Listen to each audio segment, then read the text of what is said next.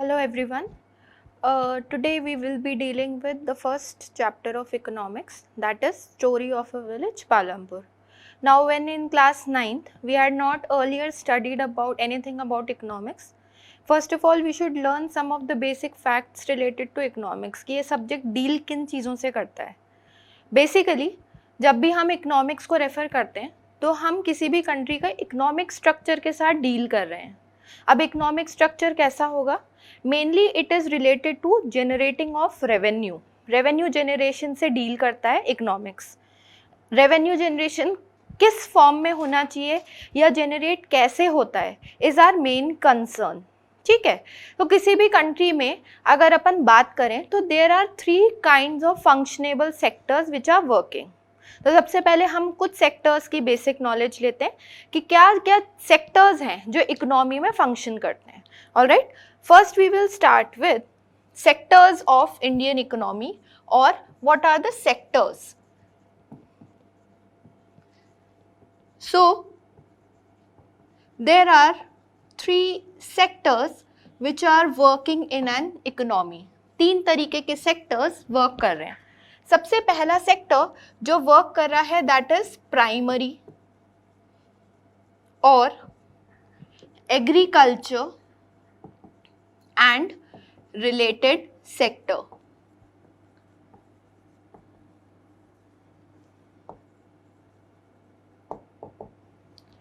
Second is secondary sector or you can call it manufacturing sector or it can be given the name industrial sector.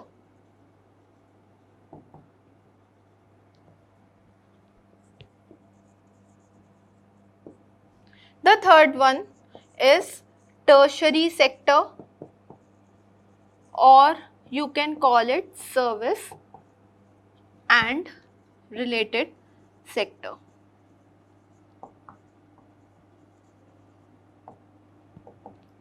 अब ये तीनों क्या roles perform करते हैं किसी भी इकोनॉमी में? सबसे पहला सेक्टर है प्राइमरी. प्राइमरी का मतलब है that it forms the base of all the other sectors, यानी कि बाकी के दोनों सेक्टर्स इसी के ऊपर डिपेंडेंट हैं. अब क्यों डिपेंडेंट होंगे? The reason is that this sector basically either produces raw material. ये रॉ मटेरियल का प्रोडक्शन कर रहा है और इसी रॉ मटेरियल को एक्चुअली यूज़ किया जा रहा है आगे की इंडस्ट्रीज़ में. अगर रॉ मटेरियल ही प्रोड्यूस नहीं होगा तो हम किस चीज़ को फिनिश्ड गुड में कन्वर्ट करेंगे?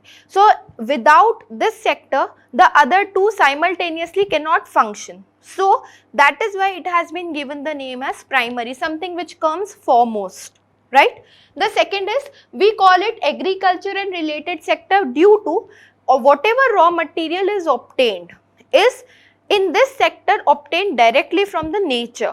हम सारे रॉ मटेरियल को डायरेक्टली नेचर से एक्सट्रैक्ट कर रहे हैं, इसीलिए हम इस सेक्टर को एग्रीकल्चर एंड रिलेटेड सेक्टर भी बोलते हैं. कुछ अगर अपन एग्जाम्पल्स लें तो सबसे कॉमन एग्जाम्पल इसका होगा खुद एग्रीकल्चर करना. ठीक है, fishing is another kind of primary activity जिसमें हम कोई भी और चीज़ को प्रोसेस नहीं कर रहे हैं, हम डायरेक्टली उस चीज़ को कैच कर रहे हैं and we are directly selling it in the market. तो ऐसी चीज़ें जो फर्स्ट हैंड ऑब्टेन करी गई हों उन सारी एक्टिविटीज़ को अपन प्राइमरी सेक्टर में क्लासीफाई करते हैं. ठीक है, मूविंग ऑन फर्दर, अगर हम नेक्स्ट सेक्टर पे मूव करें तो अगला सेक्टर डील कर रहा है सेकेंडरी सेक्टर से, या फिर इसका दूसरा नाम है मैन्युफैक्चरिंग सेक्टर और it can be given the name industrial sector. Why is it so? whatever you obtain from the first one, the primary sector, you start manufacturing it. आप उसको किसी ना किसी गुड के फॉर्म में कन्वर्ट करना start कर देते हो. So when this conversion starts it has been made into some or the other kind of finished good. हम उसको फिनिश्ड गुड्स में कन्वर्ट करने की कोशिश कर रहे हैं and hence it is called as manufacturing sector, क्योंकि हमने कोई नई चीज़ क्रिएट करी है, कोई भी नई चीज़ बनाई है इससे. ठीक है, तो this is called as a manufacturing sector. Tertiary sector basically deal करता है जितनी भी सर्विसेज हम अवेल कर रहे हैं। आपने कोई चीज़ मैन्युफैक्चर कर दी, बट वो मैन्युफैक्चर करी हुई चीज़ जब तक कि मार्केट प्लेस तक नहीं पहुंचेगी, क्या उसकी कोई यूटिलाइजेशन है? Obviously not. We can not utilise it until and unless it has been brought to the market place. तो जब वो चीज़ मार्केट प्लेस में आ रही है तो कोई ना कोई सर्विस के थ्रू ही आ रही है। So what service is it using? It is using the service of transportation. Example are many. We can also give the example of banking over here. हम लोग बैंक में जाते हैं, बैंक में जाने के बाद why are we going there, for what purpose? हम लोग वहाँ पर जा रहे हैं बैंक से रिलेटेड सर्विसेज को अवेल करने। हमें चेकबुक लेनी है, हमको वहाँ पर नया अकाउंट ओपन करवाना है, हमको वहाँ पर ड्राफ्ट बनवाना है। ये सारी कैसी चीज़ें हैं? ये सारी ऐसी एक्टिविटीज़ हैं जो सर्विस रिक्वायर कर रही हैं। ट्रांसपोर्टेशन, हम डॉक्टर्स के पास विजिट करते हैं for treatment, this is also an example of tertiary sector. Teachers teaching is another example of tertiary sector.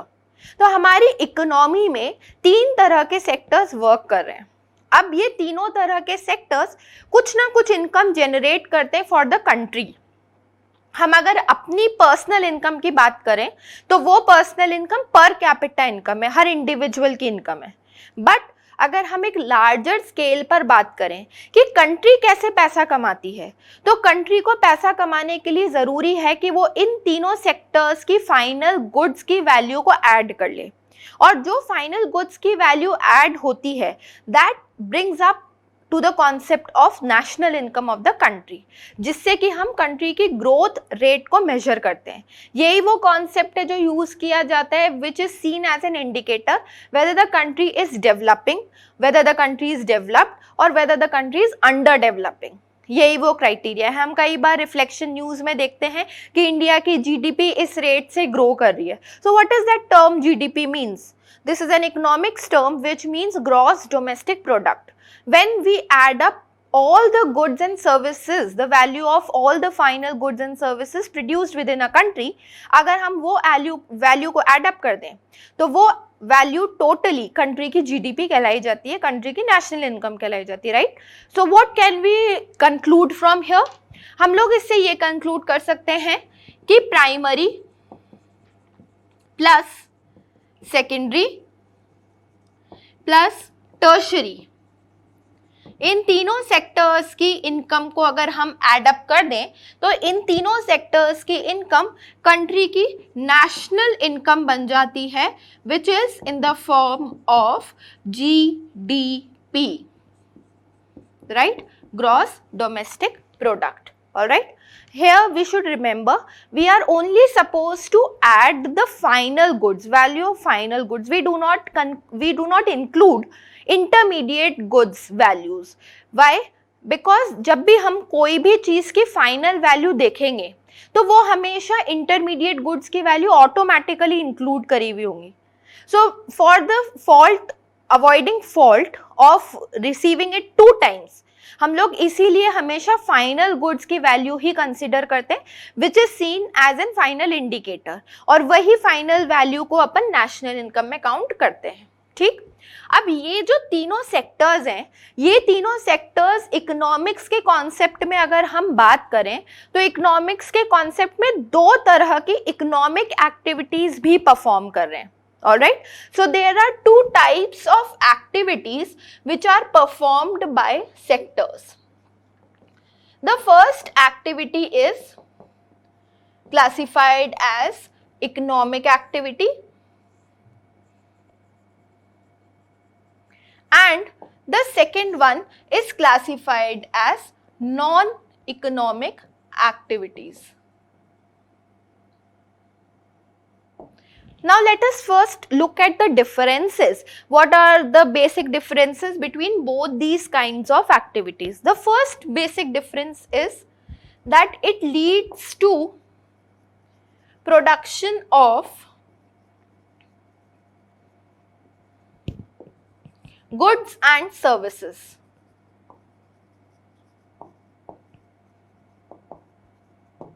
Right? The first difference in non-economic activity is that there is no production of goods and services.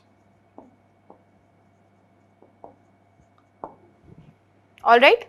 The second difference which we can note is that it contributes to the national income.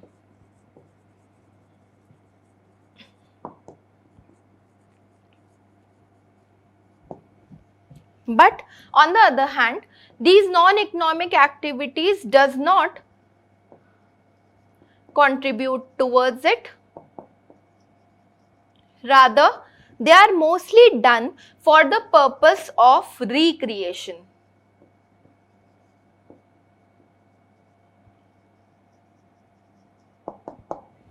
Right? It is further classified into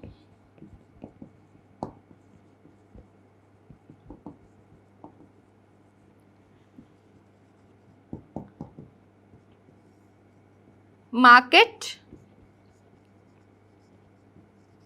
and non-market. And here there is no classification.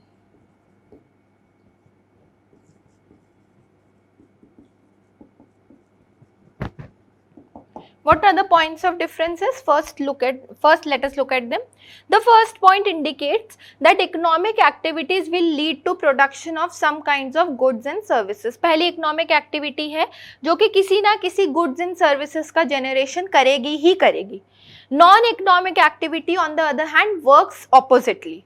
It does not leads to production of any goods and services. इसमें कोई goods और services का production नहीं होता. ठीक. Second, obviously अगर यहाँ पर गुड्स और सर्विसेज प्रोड्यूस हो रहे हैं तो वो कंट्री की नेशनल इनकम में ऐड होंगे ही होंगे. वहां पर क्योंकि कोई गुड्स एंड सर्विसेज प्रोड्यूस नहीं हो रहे तो वो कंट्रीब्यूट नहीं करते कंट्री की नेशनल इनकम में. Moreover these are only done for the purpose of recreation. हम अपने सेल्फ सेटिस्फैक्शन के लिए वो चीज़ को कर रहे हैं, उसका नेशनल इनकम से कोई लेना देना नहीं होगा. ठीक. It has further classification. Economic activities are classified into market or non-market types and there is no such classification given in non-economic activities. ठीक है. यहाँ पर जो इन दोनों में बेसिक डिफरेंस आता है वो बेसिक डिफरेंस ये है कि अगर मार्केट और नॉन मार्केट एक्टिविटी को अगर अपन इवेल्युएट करें तो मार्केट एक्टिविटीज तो वो होंगी जिससे हमको डायरेक्टली इनकम मिल ही रही है. वो तो ऑब्वियस सी कॉन्सेप्ट है कि जिससे हमको डायरेक्टली इनकम इनकर हो रही है या मिल रही है. नॉन मार्केट एक्टिविटी में ऐसे हम एग्जाम्पल्स इंक्लूड करते हैं या फिर हम ऐसे कॉन्सेप्ट इंक्लूड करते हैं जिनको हम कंसिडर ही नहीं करते. Consider the work done by your mother. ठीक है. अगर हम बात करें so a mother performs the various task at home. She is at the same time washing clothes, she is at the same time cooking food. Most of the time when you are sick she also acts as a nurse for you. She washes clothes, utensils, everything. Almost every task of the home is accomplished by her. When she is working she does not expect a salary from you, but in case if we start paying for the same work, अगर हम उसी काम के लिए पैसा देने लग जाएं तो isn't that work chargeable? वो काम चार्जेबल है. But the mother is doing out of her self satisfaction. तो उनकी activity generation of goods and services तो कर रही है. She is generating services but she is not giving contribution to the national income. Right. But on the other hand if you start counting that same work in this concept तो उनका काम chargeable हो जाएगा. Right. That is why we classify such activities as economic but non market activities. All right, these are some of the basic differences that we have noticed amongst economic and non economic activities. If we come now to core of the chapter, हमने ये पहला chapter ही क्यों लिया है economics में? The reason is हम लोग यहाँ पर इस चैप्टर के अंदर एक विलेज को कंसीडर करेंगे जिसका नाम है पालमपुर. ये एक हाइपोथेटिकल विलेज है. ठीक है. जैसा कि हमारी एक इंडियन विलेज से एक्सपेक्टेशन होती है, ये उस एक्सपेक्टेशन से कहीं आगे है. जैसे हमारे विलेज बोलते के साथ ही दिमाग में एक इमेजिनेशन क्रिएट होना स्टार्ट हो जाती है that there are no facilities, there are no roads, there are no tube wells, people typically live a very traditional life, orthodox life, alright. But here the village lifestyle is totally synonymous with the lifestyle of a city. City की lifestyle से बिल्कुल मिलती जुलती हुई life है, ठीक है. यहाँ पर रोड ट्रांसपोर्टेशन की कोई दिक्कत नहीं है, इलेक्ट्रिसिटी की कोई दिक्कत नहीं है. यहाँ पर लोग जो है वो अलग तरीके से फार्मिंग प्रैक्टिस करते हैं, दो engaged in farming, but they practice it through a very different methodology. More over यहाँ पर फार्मिंग एक्टिविटीज़ के साथ साथ और भी नॉन फार्मिंग एक्टिविटीज़ हैं जो कंडक्ट करी जाती हैं, ठीक है. तो यहाँ पर जो हमारी विलेज की इमेजिनेशन है, उस विलेज की इमेजिनेशन से कहीं आगे है ये जो विलेज का स्ट्रक्चर है. Now what all do we need to know about this structure, about this village Palampur. Alright, we will first of all study. आप लोगों को ये तीनों सेक्टर्स इसीलिए बताए गए कि आपको ये तीनों सेक्टर्स का रोल यहाँ पर पढ़ना है एक एक करके. हम यहाँ पर प्राइमरी सेक्टर भी देखेंगे, हम यहाँ पर सेकेंडरी सेक्टर भी देखेंगे, और हम यहाँ पर टर्शरी सेक्टर का रोल भी देखेंगे. यानी एक ही विलेज के अंदर हम तीनों सेक्टर्स की फंक्शनिंग देख लेंगे. प्लस मोर ओवर यहाँ पर इन सेक्टर्स के साथ साथ ये भी बताया जाएगा कि what are various others factors which are responsible for production of goods and services. 4 ऐसे फैक्टर्स हैं जिनके बिना कोई भी चीज़ का जनरेशन नहीं हो सकता, गुड्स एंड सर्विसेज का जनरेशन नहीं हो सकता, which are called as either factors of production or they are called as organization of production, right? So we will move on to our next topic, that is organization of production.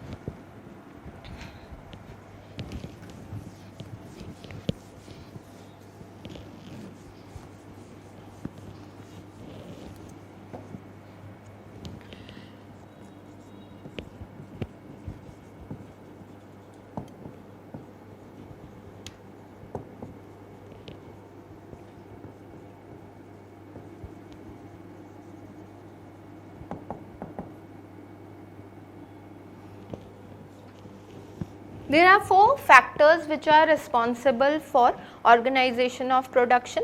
The first one, without which nothing can be done, is land.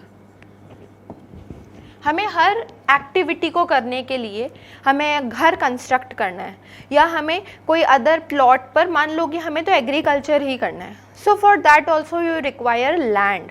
ज़मीन के बिना कुछ भी नहीं हो सकता. So first important factor due to which factors of production are incomplete is land. तो land की अवेलेबिलिटी होनी बहुत ज़रूरी है. Second, the second factor that is responsible for this is labour. Land available है but there is no one to work on. उस land पर काम करने के लिए हमारे पास कोई व्यक्ति मौजूद नहीं है, तो उस लैंड की एग्जिस्टेंस किसी काम की नहीं है. You need some person to work on it. Either he is a person who is owner of it, or you also at the same time require someone who is performing or who is creating something new out of that land, right? So you require labor. This is the second factor. When we move on to the third factor, तीसरा factor जो अपने लिए responsible है वो है capital. Obviously, you require money in hand. If you have hired laborers, you need to give them payment. You need to give them salaries. So how will you give them salaries? आप उनको salary कैसे देंगे? So for that you require capital. Now capital is divided into 2 parts. इसके 2 division हैं. The first division says working capital.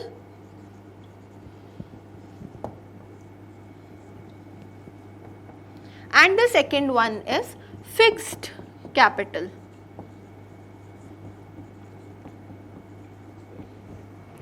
Now working capital says anything that you require in the process continuously in a cyclic movement in a chain structure. जो चीज़ हमको लगातार continuation में चाहिए ही होगी, एक cyclic movement में घूमती रहेगी, उन सब चीज़ों को अपन कैपिटल में क्लासीफाई करते हैं एज वर्किंग कैपिटल. और जो भी चीज़ें वन टाइम इन्वेस्टमेंट है किसी भी नए प्रोजेक्ट को स्टार्ट करने के लिए, जो एक बार बहुत सारा पैसा लग गया, कैपिटल इन्वेस्ट हो गया, वो सारी चीज़ें फिक्स्ड कैपिटल का पार्ट हैं. जैसे रॉ मटेरियल है. अब रॉ मटेरियल आप एक बार में अगर बल्क भी खरीद लो, but after that bulk is over, you always require a fresh new lot to again start the process. So that is why we classify them as working capital, जो खत्म होने के बाद आपको वापस ज़रूरत पड़ेगी ही पड़ेगी. So this moves on in a cyclic movement and hence we classify it as working capital. ठीक है. And the other one fixed capital, हमने वन टाइम इन्वेस्टमेंट किया, हमने एक बार फैक्ट्री को बिल्ड किया, हमने एक बार उसमें मशीनरी इंस्टॉल करी, वो मशीनरी जो एक टाइम पर इंस्टॉल हुई और जिससे काम शुरू हो गया, वो सारी चीज़ें फिक्स्ड कैपिटल का पार्ट होती हैं, which is counted as one time investment, right. The fourth one is the most important factor without which किसी भी इन तीनों factors का रहना impossible है. The fourth factor is enterprise. What is an enterprise? Enterprise हम human capital को बोलते हैं.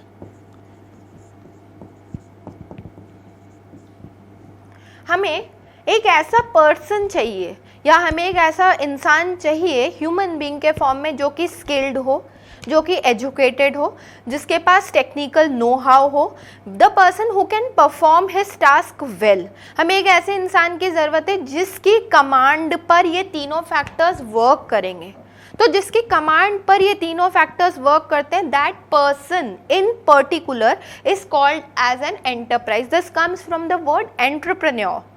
This comes from the latest word जो हम आजकल बहुत ज़्यादा सुनते हैं, entrepreneur. Now who is an entrepreneur? हम जनरली बिजनेसमैन को रेफर करते हैं. Now if Mukesh Ambani is an entrepreneur, why is he called so?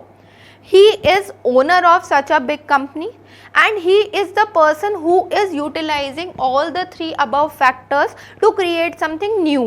He is generating some goods and services by using all the three factors. So he over there acts as an enterprise or as an entrepreneur, but in the form of human capital. जब human beings खुद as capital act करने लग जाएं तो हम उस person को enterprise बोलते हैं. ठीक है. हम जब सेक्टर्स के बारे में पालमपुर में पढ़ेंगे तो हम साथ के साथ इन फैक्टर्स को भी असेस करते हुए चलेंगे कि इन चारों फैक्टर्स का क्या रोल रहा है पालमपुर के अंदर या इस विलेज को स्टडी करने में. Alright. So first we move on to the concept of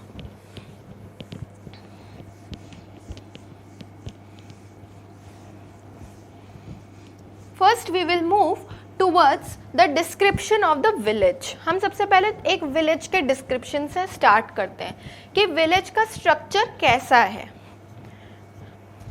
मैंने आपको बताया कि जो पालमपुर विलेज है, ये पालमपुर 450 फैमिलीज को कॉम्प्राइज करता है.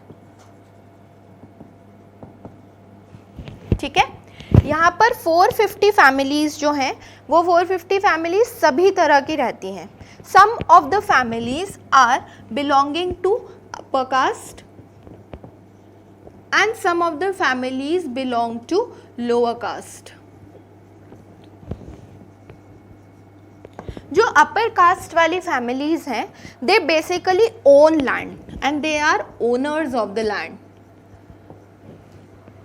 And the other lower caste people mostly belong to the category of Dalits, and these people are landless.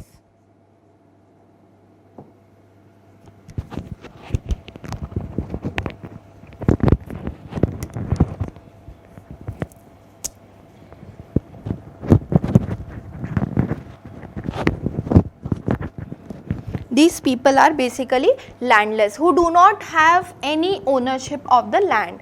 They basically go to some other's field to work and earn money from there. These upper caste family either have small land holdings or have bigger land holdings depending upon their capabilities, right? Their housing structure is such that lower caste people live in houses made up of mud and straw, यानी जिनको कि हम कच्चा house बोलते हैं. उन कच्चे houses में इनका रेजिडेंस है, people belonging to lower caste. And the upper caste people have houses made up of bricks and cement, that is pucca house. Alright, the caste hierarchy is prevalent over here. The lower caste family lives on the outskirts of the village and the upper caste family lives in the core side of the village, यानी कि interior side में सारे के सारे upper caste वाले लोग resided करते हैं और जो उसकी बाउंड्रीज हैं, जो आउटस्कर्ट्स हैं, उन सभी आउटस्कर्ट्स पे लोअर कास्ट की फैमिलीज रिजाइड करती हैं. ठीक है, यहाँ पर इलेक्ट्रिसिटी की कोई प्रॉब्लम नहीं है. There is no problem of electricity. Moreover, people over here use tube wells. Tube wells, motors and other electronic devices for their fields, right? Another thing that we need to know about this village is that it is well connected with roads.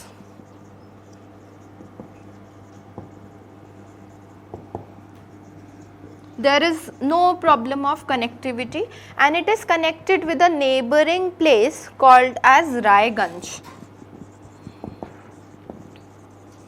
which is hardly 3 kilometers away from this existing village. So this has well connectivity roads, plus these are all seasoned roads which do not get destroyed at any point of time, whether it is a rainy season, it is a dry season, cold season, whatsoever season may be. So these are all weathered roads which remain same throughout the year, right? Now when we move on further, what do we need to know else about the village is that here when we start assessing all the 4 factors of production, we first come to land.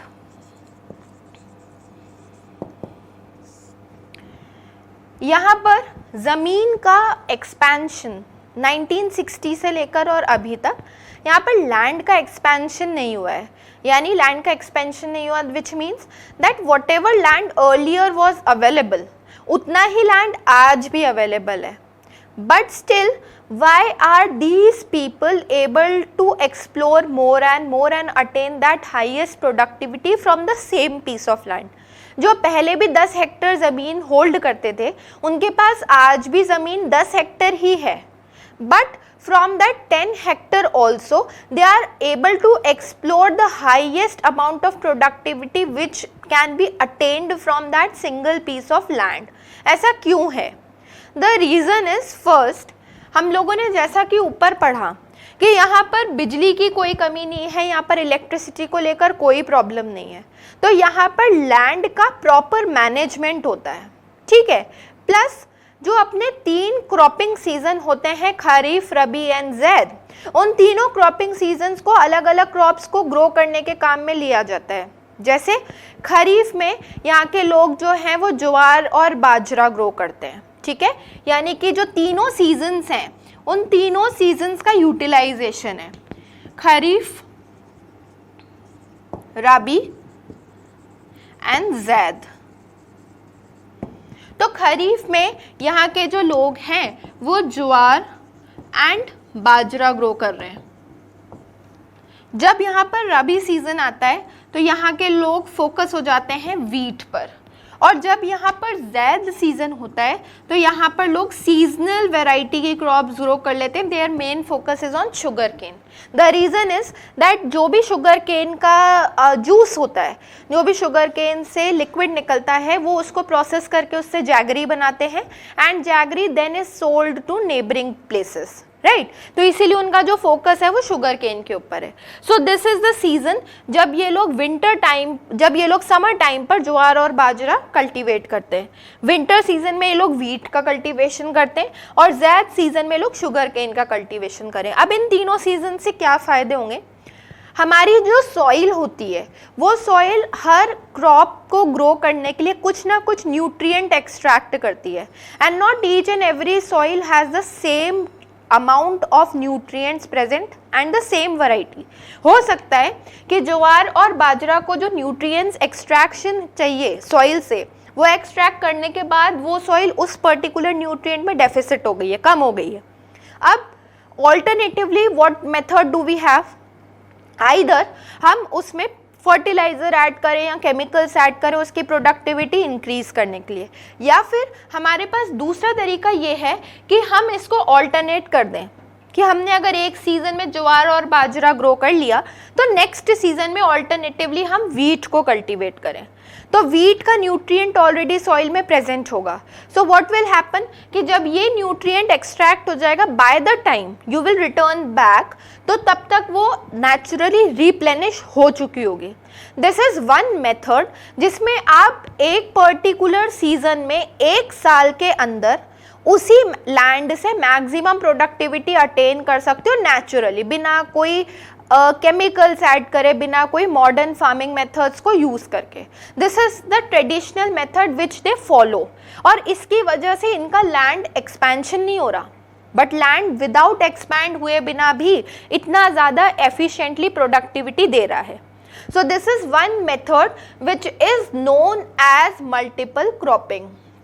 इस मेथड को हम multiple cropping बोलते हैं कि जब हम एक ही पीस ऑफ लैंड पर विद इन एन ईयर अपनी क्रॉप्स को ऑल्टरनेट करके ग्रो करना स्टार्ट कर देते, so that the nutrients remain intact in the soil. The other method which can be used for this is, अगर हम लैंड से मैक्सिमम प्रोडक्टिविटी अटेन करना चाहते हैं तो दूसरा मेथड जो हम यूज़ कर सकते हैं वो दूसरा मेथड है मॉडर्न फार्मिंग मेथड। जिस मॉडर्न फार्मिंग मेथड में आपको दोनों चीज़ों पर फोकस करना पड़ेगा, और वो दोनों चीज़ें क्या होंगी? सबसे पहली चीज़ कि आपके पास केमिकल्स होने चाहिए in the form of fertilizers,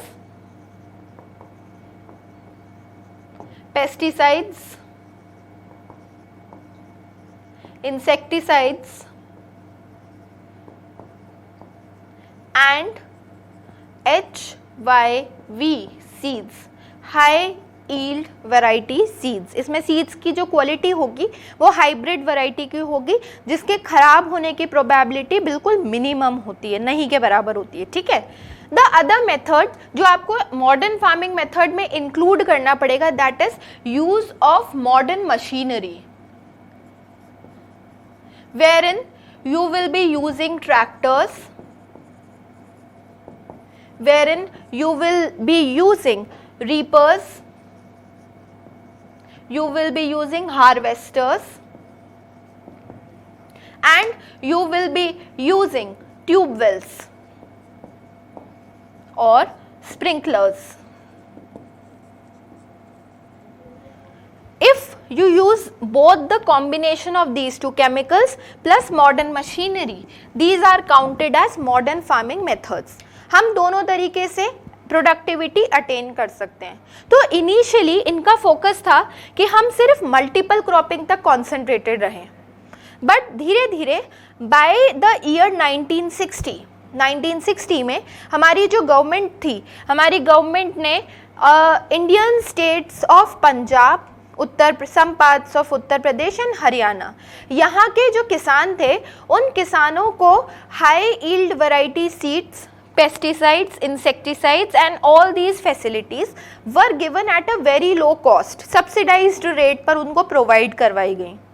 तो पालमपुर जो कि एक हाइपोथेटिकल विलेज है, इस हाइपोथेटिकल विलेज में भी जब ये सारी फैसिलिटीज़ पहुंची तो 1960 से 80 तक का जो पीरियड था वो इंडियन एग्रेरियन हिस्ट्री में काउंट किया जाता है एज द गोल्डन एरा।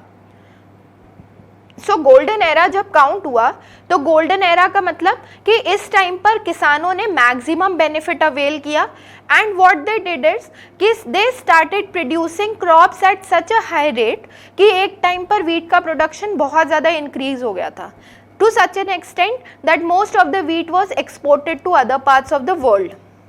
इतना ज़्यादा वीट प्रोडक्शन हो रहा था। तो जब इतना ज़्यादा वीट प्रोडक्शन हुआ तो यहाँ के भी किसानों ने इस चीज़ का फ़ायदा उठाया।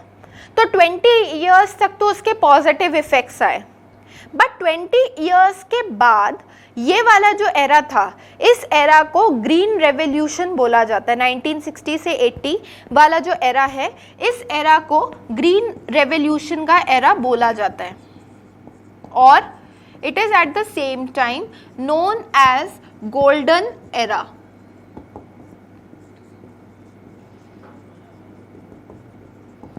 But 20 years के बाद what happened was that we started feeling the negative impact of green revolution. अब ये negative impact क्यों आए? The first negative impact which could be seen of green revolution was that the fertility of soil started getting decreasing. जो soil की fertility थी वो fertility अपने आप धीरे धीरे कर कर खत्म होना स्टार्ट हो गई. So the first negative impact which we see of green revolution is that soil fertility is lost.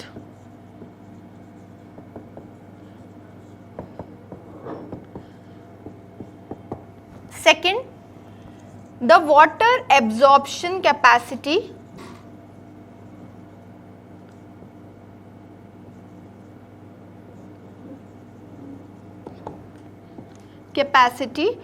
of the soil increases. As a result, what happened was water table which is present below the ground started depleting.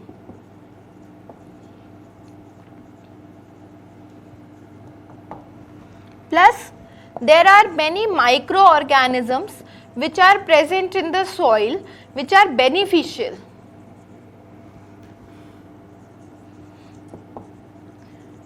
Microorganisms got killed because of that soil, because of that adding of fertilizers.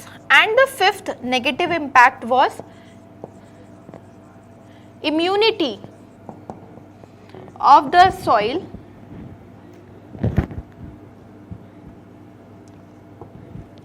was increasing. As in how?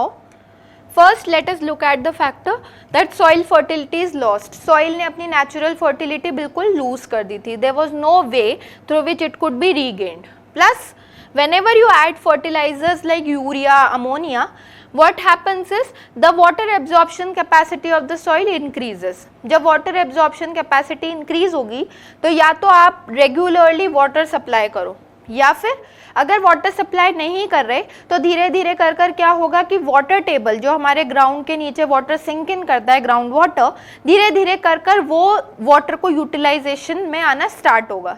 As a resultant जो अपनी surface के नीचे water present है उस water table का depletion होना start हो जाएगा. ठीक है.